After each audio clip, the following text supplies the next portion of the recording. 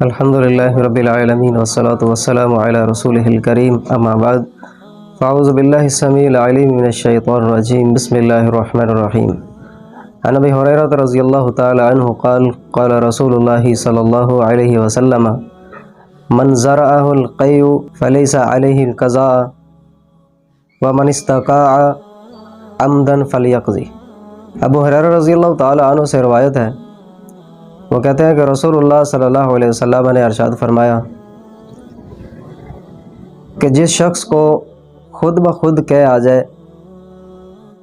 اس پر کوئی قضا نہیں ہے، اور جو شخص جان بوجھ کر قے کرے اس پر قضا لازم ہے۔ یہ سنن ابی داؤد کے اندر حدیث موجود ہے۔ ہمارے معاشرے میں بہت سارے لوگ شکوک و شبہات کے اندر پڑ جاتے ہیں، اور ان کو بعض اوقات سمجھ نہیں آ رہی ہوتی کہ ہم کیا کریں، یا اگر کوئی ایسی شک والی کوئی بات آ گئی ہے تو بندہ شک کے اندر پڑ جاتا ہے۔ جیسے اس حدیث کے اندر ایک مثال دی جا رہی ہے کہ اگر کسی شخص کو خود بخود قے آ جائے تو اس کا روزہ نہیں ٹوٹتا، اس پر قضا کوئی لازم نہیں ہے، واجب نہیں ہے کہ دوبارہ روزہ رکھے،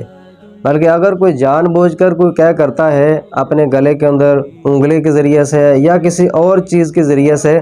وہ جان بوجھ کر قے کرتا ہے تو پھر اس کا روزہ بھی ٹوٹ جائے گا، اور روزوں کے بعد رمضان کے بعد اس پر قضا بھی لازم ہے، یعنی وہ دوبارہ سے روزہ رکھے گا۔ تو